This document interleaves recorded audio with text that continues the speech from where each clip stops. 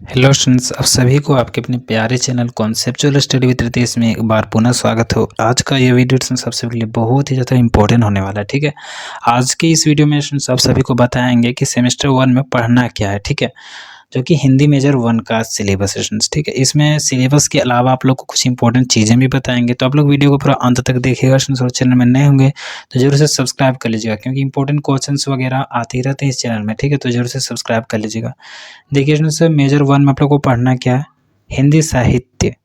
हिंदी साहित्य के अंदर क्या पढ़ना है, आदिकाल से लेकर पूर्व मध्यकाल तक। ठीक है, आदिकाल से लेकर पूर्व मध्यकाल तक इसमें क्या पढ़ना है, रचनाएं और इतिहास। यानी कि आदिकाल से जो पूर्व मध्यकाल है उसके बीच में जितने भी रचनाएं हैं, इतिहास हैं, उसको पढ़ना है। तो कौन कौन से रचनाएं पढ़ना है, किस किस चीज़ का इतिहास पढ़ना है, वो हम आगे जानेंगे। ठीक है, आगे देखिए उनसे क्या है, किस किस चीज़ का पढ़ना है। देखिए, इकाई 1 में हिंदी साहित्य के इतिहास का काल विभाजन और नामकरण। हिंदी साहित्य का इतिहास जो है, हिंदी साहित्य का इतिहास, उसका काल विभाजन किस प्रकार से किया जाता है। ठीक है, और इसका नामकरण किस प्रकार से किया गया है।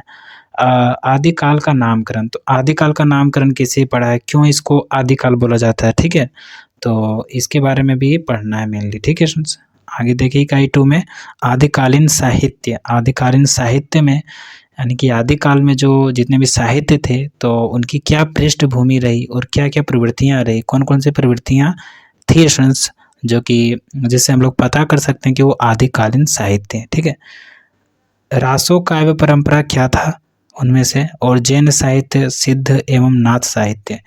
तो जैन साहित्य और सिद्ध एवं नाथ साहित्य दोनों भी इम्पोर्टेंट है। तो आदिकालीन साहित्य में ये दोनों का भी वर्णन है, तो इसको आप लोग को पढ़ लेना है। ठीक है, इनसे क्वेश्चंस रहेंगे। देखिए इकाई 3 में क्या है, भक्ति काल के उद्भव की पृष्ठभूमि। तो भक्ति काल का उद्भव कैसे होता है, जब यह उद्भव होता है तो उस समय की क्या पृष्ठभूमि रहती है, क्या स्थिति परिस्थिति रहती है देश की। ठीक है, भक्ति काव्य और उसका वर्गीकरण। तो भक्ति काव्य क्या है और उसका वर्गीकरण कितने भागों में किया गया है, कौन कौन से भागों में किया गया है उसको। ठीक है, निर्गुण भक्ति काव्य क्या है और सगुण भक्ति काव्य क्या है, इसके बारे में पढ़ना मेनली।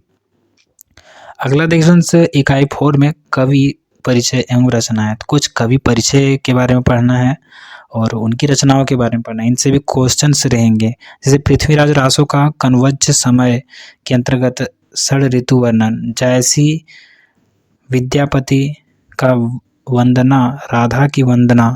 ठीक है, कबीरदास का साखी। देखिए इनसे बढ़िया से समझाते हैं आप लोगों को।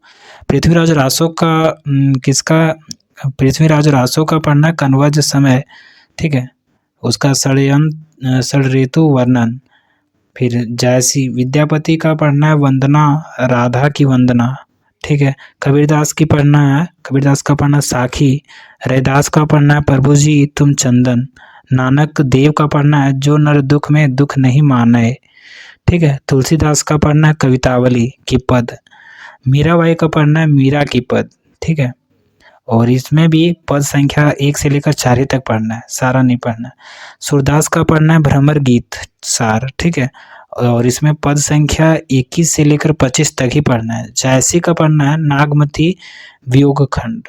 तो नागमती का जो वियोग खंड है, वियोग खंड को पढ़ना है। ठीक है, तो आगे देखिए अनुशंसित ग्रंथ हिंदी विभाग भाग 1, डॉक्टर कृष्ण कुमार गुप्ता, जय भारती प्रकाशन।